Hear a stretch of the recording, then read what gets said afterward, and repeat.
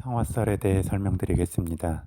탕화살은 명칭에서도 느껴지듯이 끓는 물과 불, 그리고 그와 연관해서 발생하는 각종 가스나 폭발 등에 해당하는 살입니다. 그런데 탕화살도 다른 신살과 마찬가지로 충분히 제어할 힘이 있다면 특별한 작용력이 없거나 오히려 긍정적으로 작용하게 되지만, 잘 제어하지 못하여 탕화살의 기운에 휘둘리게 되면 관련한 문제가 생길 수 있습니다. 그런데 보통은 탕화살 하나만 단독으로 작용한다고 큰 문제가 생기지는 않고, 굳이 탕화살이 아니어도 관련한 사건이나 사고가 생길 수 있기 때문에 탕화살 자체를 맹신하기보다는 탕화살이 발생하는 각 오행의 기운 관계를 눈여겨보면 좋을 것입니다. 탕화살이 발생하기 위해서는 기본적으로 일지를 기준으로 합니다. 그리고 보통 크게 세 가지 경우를 보게 됩니다. 첫째, 일지에 인목이 있고 연, 월, 시지에 또 다른 인목 또는 사화 또는 신금이 있으면 탕화살이 발생한다고 합니다. 그런데 글자들을 잘 보면 인신사, 형살에 해당하는 글자들이기도 합니다. 다음 둘째, 일지에 축토가 있고 연, 월, 시지에 오화, 술토, 미토가 있으면 탕화살이 발생한다고 합니다.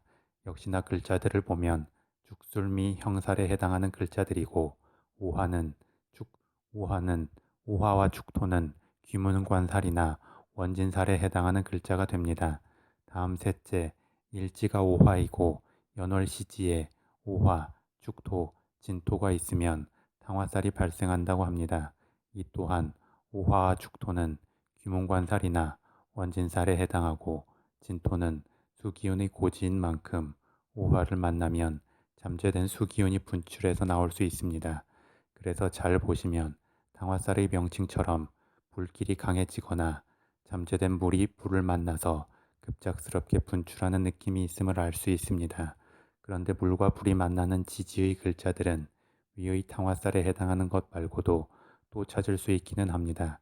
그럼에도 불구하고 탕화살로 특정하여 일부의 기운 관계만 모은 것은 역시나 통계적 결과물이면서 탕화살에 해당하는 글자가 비단 탕화살에만 해당하는 게 아니고 다른 살이나 충으로 함께 작용하기 때문일 것입니다. 추가적으로 위에 언급한 세 가지 조건 말고 다음 한 가지를 더 이야기하는 경우도 있습니다. 그것은 일지에 축토나 오화가 위치하고 연월시지에 축토나 인목, 오화가 위치하는 것입니다. 굳이 이에 해당하는 각 지지의 기운 관계를 따지자면 지장 간의 충과 합을 통해 물과 불이 충돌하게 됨을 볼 수 있습니다. 그런데 역시 이 기운 관계만 가지고 당화살에 해당하는 강력한 문제가 발생하는 것 같지는 않고, 다른 추가적인 살이나 충이 더해지고 운세에서도 강하게 들어올 때 문제가 발생하게 됩니다. 이는 아무래도 일간에서 합이나 충이나 형의 기운들을 감당하기 버거워지기 때문이고, 무조건 탕화살의 작용만 발생했기 때문으로 단정할 수는 없습니다. 다음 탕화살은 위에서 물이나 불과 관련한 문제가 발생할 수 있는 살이라고 했는데, 이는 비단 외부에서 문제가 들어오는 것만을 말하지 않고 스스로 관련하여 자해나 자살을 하는 것도 해당을 합니다. 그래서 연탄가스 자살이나 음독 자살도 모두 탕화살의 문제로 풀어내게 됩니다. 하지만 이러한 문제가 탕화살에 의해서만 작용하지 않고 탕화살이 있다고 무조건 작용하는 것도 아닙니다.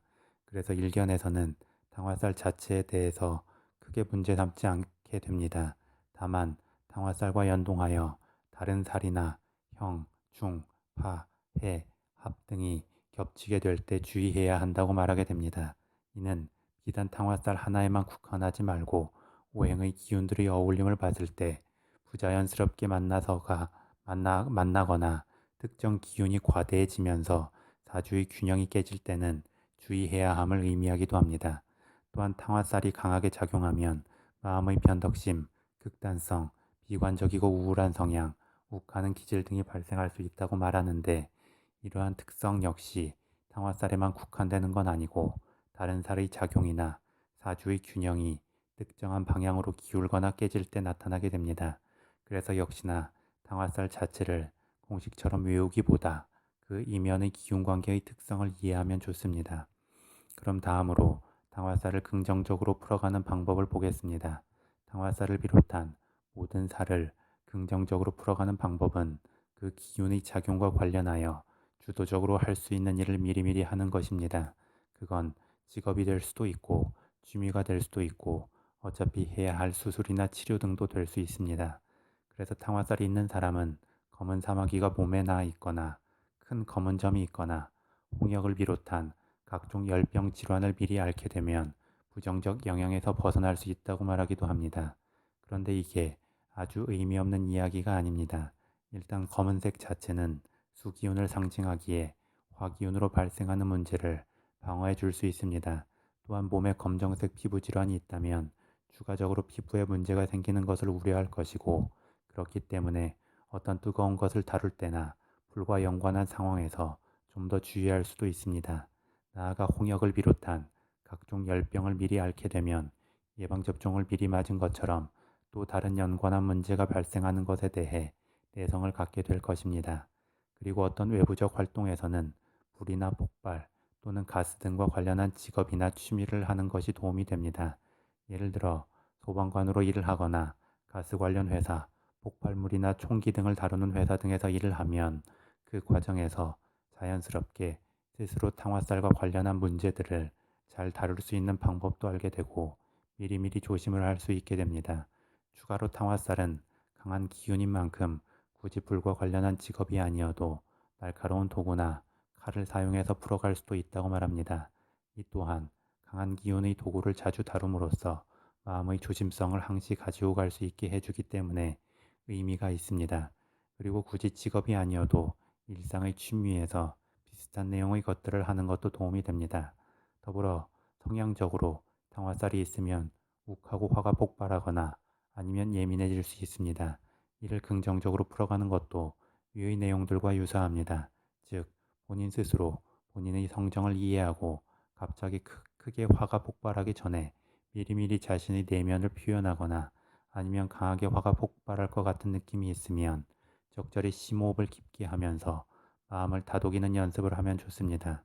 이처럼 당화살을 비롯한 모든 살은 그 기운의 작용 관계성을 이해하고 관련하여 미리미리 대비를 한다면 결코 위축될 필요도 없고 오히려 긍정적으로 상황을 개척할 수 있습니다. 살이라는 것은 강한 작용력이 있는 기운인 만큼 부정적 문제가 커질 수 있는 것만큼이나 극적으로 긍정적 작용을 할 수도 있음을 주지하면 좋습니다.